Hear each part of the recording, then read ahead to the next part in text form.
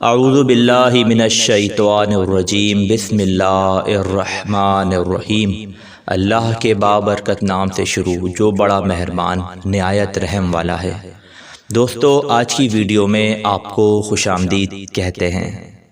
آج کا ہمارا واقعہ ہے طالوت کی بادشاہی۔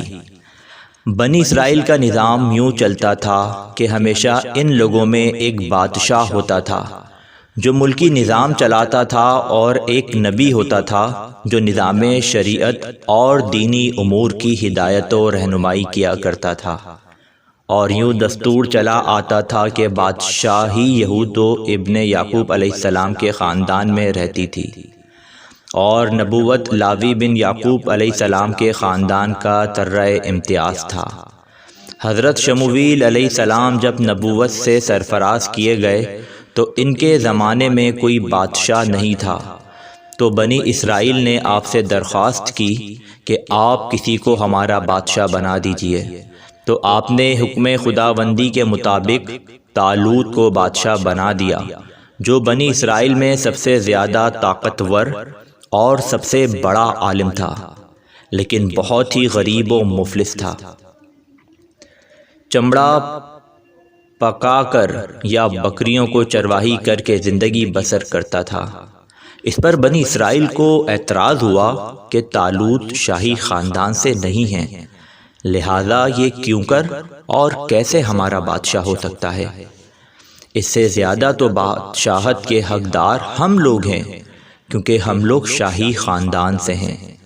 پھر طالوت کے پاس کچھ زیادہ مال بھی نہیں ہے۔ ایک غریب و مفلس انسان بھلا تخت شاہی کے لائق کیوں کر ہو سکتا ہے؟ بنی اسرائیل کے ان اعتراض کا جواب دیتے ہوئے حضرت شمویل علیہ السلام نے یہ تقریر فرمائی کہ جس ترجمہ کنز ایمان فرمایا، اسے اللہ نے تم پر چن لیا اور اسے علم اور جسم میں کشادگی زیادہ دی، اور اللہ اپنا ملک جسے چاہے دے، اور اللہ وسعت والا علم والا ہے۔ اور ان سے ان کے نبی نے فرمایا، اس کی بادشاہی کی نشانی یہ ہے کہ آئے تمہارے پاس تابوت جس میں تمہارے رب کی طرف سے دلوں کا چین ہے۔ چنانچہ تھوڑی ہی دیر کے بعد 4 فرشتے صندوق لے کر آ گئے، اور صندوق کو حضرت شمویل علیہ السلام کے پاس رکھ دیا۔ یہ دیکھ کر بنی اسرائیل نے طالوت کی بادشاہی کو تسلیم کر لیا، اور آپ نے بادشاہ بن کر نہ صرف انتظام ملکی سنبھالا، بلکہ بنی اسرائیل کی فوج بھرتی کر کے قوم عمالقہ کے کفار سے جہاد بھی فرمایا۔ اللہ تعالیٰ نے اس واقعے کا ذکر قرآن مجید میں فرماتے ہوئے اس طرح ارشاد فرمایا، جس کا ترجمہ یہ ہے، ترجمہ کنز ایمان۔ اور ان سے ان کے نبی نے فرمایا کہ بے شک اللہ نے طالوت کو تمہارے بادشاہ بنا کر بھیجا ہے۔ بولے، اسے ہم پر بادشاہی کیوں کر ہوگی، اور ہم اس سے زیادہ سلطنت کے مستحق ہیں، اور اسے مال میں بھی وسعت نہیں دی گئی۔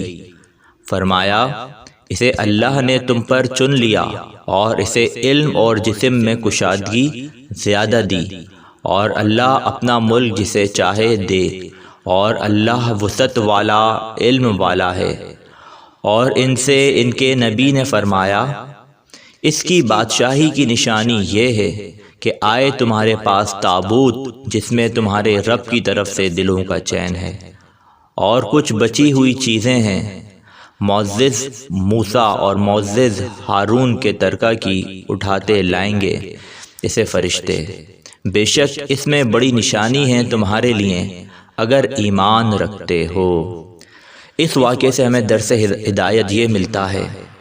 اس واقعے سے جہاں بہت سے مسائل پر روشنی پڑتی ہے، ایک بہت ہی واضح درس یہ ملتا ہے کہ اللہ تعالیٰ نے فضل اور اس کی نوازش کی کوئی حد نہیں ہے۔ وہ چاہے تو چھوٹے سے چھوٹے آدمی کو منٹوں بلکہ سیکنڈوں میں بڑے سے بڑا آدمی بنا دے۔ دیکھ لو، حضرت طالوت ایک بہت ہی کم درجے کے آدمی تھے، اور اتنے مفلس تھے کہ یا تو دیگر تھے جو چمڑے کو دباغت دے کر اپنی روزی حاصل کرتے تھے یا بکریاں چرا کر اس کی اجرت سے گزر بسر کرتے تھے، مگر لمحے بھر میں اللہ تعالیٰ نے انہیں صاحب تخت و تاج بنا کر بادشاہ بنا دیا۔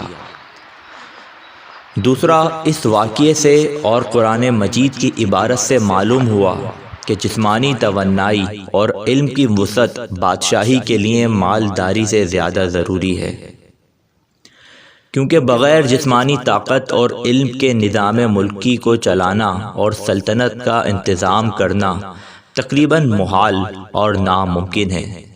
اس سے ظاہر ہوا کہ علم کا درجہ مال سے بہت بلند تر ہے۔